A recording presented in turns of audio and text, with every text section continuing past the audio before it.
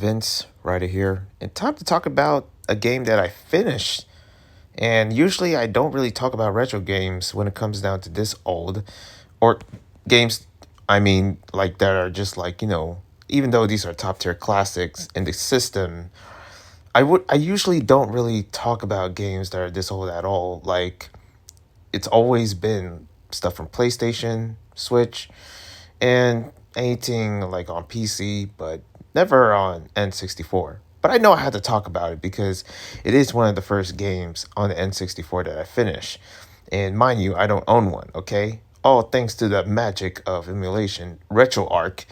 Yeah, this game is it's a banger. I can see why how many platformers are inspired of this, and as a person that loves 3D platformers, that grew up, basically playing platformers, yeah, this is one of those games where it, of course, it makes sense that it's a top tier classic, but coming in as someone that is has always somewhat been familiar with Banjo Kazooie, especially as a kid, but I never really understood or where it came from.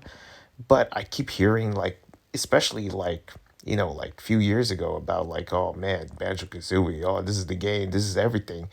And to be honest, I always like, man, what is up with Banjo Kazooie? And the gameplay didn't appeal me until 3 months, or basically last year, that I started playing Banjo Kazooie, and I can see why.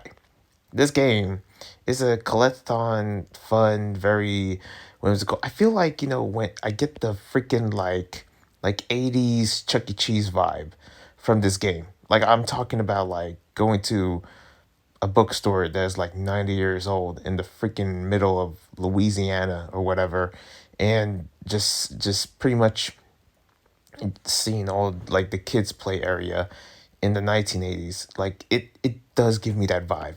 It's this game itself, it kind of sort of depicts, I guess, my mindset when it comes down to Western or American entertainment, especially a long time ago. Like, I don't know what it is, even though I guess it's the wackiness of it, but I don't know, it made me feel like somewhat of a kid, because of course I'm from here in the US, and there's just something very American about this particular medium where I'm just like, it feels like I'm in like, Jungle Park, or or the jungle, if anyone's old enough to remember that, or Chuck E. Cheese, you know. That's what it feels like. Very Chuck E. Cheese. Even though it's not Chuck E. Cheese, with the anthropomorphic and the wacky characters and the eyes everywhere, and just wackiness, because I pretty much got a good glimpse of that when watching gameplay from Conquer. And I never and I always try to wonder, like, what is this, because my introduction of like really, really knowing Banjo Kazooie came from Conquer, from years ago. People doing gameplays of Conquer, which I don't know if I ever plan on playing Conquer. I've been somewhat spoiled of it already. I already knew what's going on, but I am thinking of playing it. But I don't know. It's sort of just like, Conquer and Banjo Kazooie just sort of reminds me of that era. If I you know, to be honest, because it's just like I sort of get that. It felt very familiar. There's just something about it. But overall, this whole game itself is nostalgia. Even though I didn't grow up with the game, it's nostalgia. It's so different from Mario. It's so different from Donkey Kong. There's just something about this aesthetic that basically is like the forefather of games that I see right now. I feel like there's many games that wouldn't wouldn't exist, like, if it wasn't for Banjo Kazooie. I mean, Conquer could be one of them, but also games like, the Mario games that we see right now that are 3D. Some of the what was it? There's some other games that sort of reminds, like Croc, if anybody remembers that, like Sly Cooper, like maybe parts of Ratchet and Clank. I don't know. There's something about Banjo Kazooie where it's like it kind of innovated 3D platforming in a sense, but I could be wrong. I'm not here to give you a full documentary or anything like that. I'm just here to give you my thoughts. And my thoughts of this game And I'm, not to spoil it because you can tell I didn't really say much about the story, nor I care about it. But I enjoyed it so much. A good collectathon with lots of stuff to collect, lots of amazing, pretty much a big playground.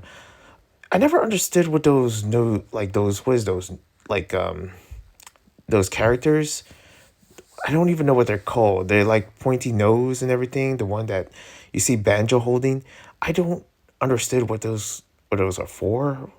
I see the famous Mambo Jumbo, like I don't know why his name was something else, but yeah, the skeleton. I actually call him just the skeleton character. And is it is Banjo Kazooie like a couple that are just out there in the adventure? Is that what this is about?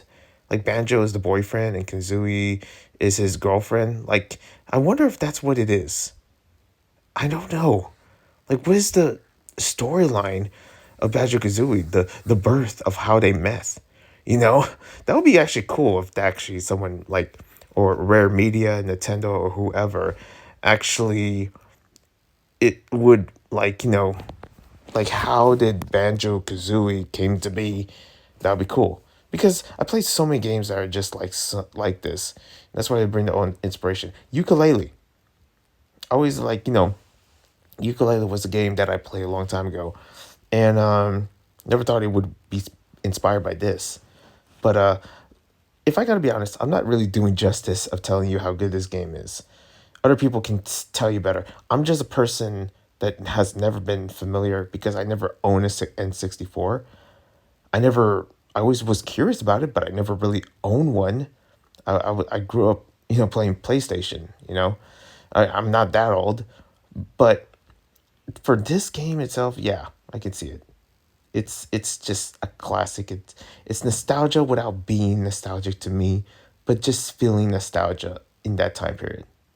Yeah, that's my review of the game. I'm out. Peace.